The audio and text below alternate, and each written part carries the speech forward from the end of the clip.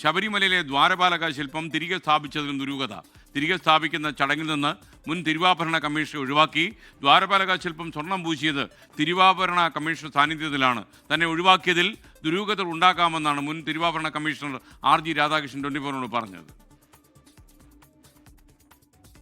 തിരുവാഭരണം commission എന്നുള്ള നിലയ്ക്ക് ഇത് അവിടെ നിന്ന് ഇളക്കുമ്പോഴും അറിഞ്ഞിരിക്കണം, ഇത് തിരിച്ചു കൊണ്ടുവന്ന് ഫിറ്റ് ചെയ്യുമ്പോഴും അറിഞ്ഞിരിക്കണം. അദ്ദേഹത്തിന്റെ പ്രസൻസിൽ വേണം ഇതെല്ലാം ചെയ്യാൻ.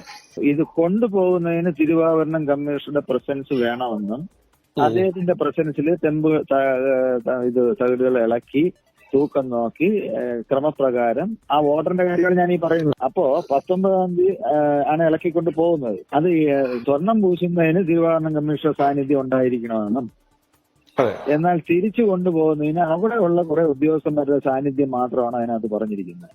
അത് പർപ്പസ്ഫുൾ ആണോ ഉള്ളത് എന്ന് എനിക്കറിയില്ല. അവിടെ തിരികെ സ്ഥാപിക്കുന്ന സമയത്ത് സാറിന്റെ സാന്നിധ്യം ഉണ്ടായിരുന്നില്ല എന്നുള്ളതും അത് എന്തെങ്കിലും ദുരൂഹതയുണ്ടോ അല്ലെങ്കിൽ എന്തെങ്കിലും കാരണമുണ്ടോ എന്ന് കരുതുന്നുണ്ടോ? നമ്മുടെ നിയമം അനുസരിച്ച് അറിയിക്കേണ്ടതല്ലേ? നമ്മളെ ഒരു അറിയിക്കുക എന്നുള്ളത് സ്വാഭാവികമായ ഒരു നടപടിക്രമമല്ലേ? അത് അറിയിക്കണമല്ലോ. അപ്പൊ പിന്നെ ഇറക്കുന്നതിന് എന്തിനു അറിയിച്ചു? തിരിച്ച് സ്ഥാപിക്കുന്നതിന് പ്രത്യേകം ആളുകളുടെ പേര് പറഞ്ഞ ആ ഓർഡർ കയ്യിലുണ്ടല്ലോ. അതിനകത്ത് തിരുവനന്തപുരം കമ്മീഷണർ പേര് പറയുന്നില്ലല്ലോ. ഇല്ലല്ലോ, അത് ഇഷ്ടമല്ലേ?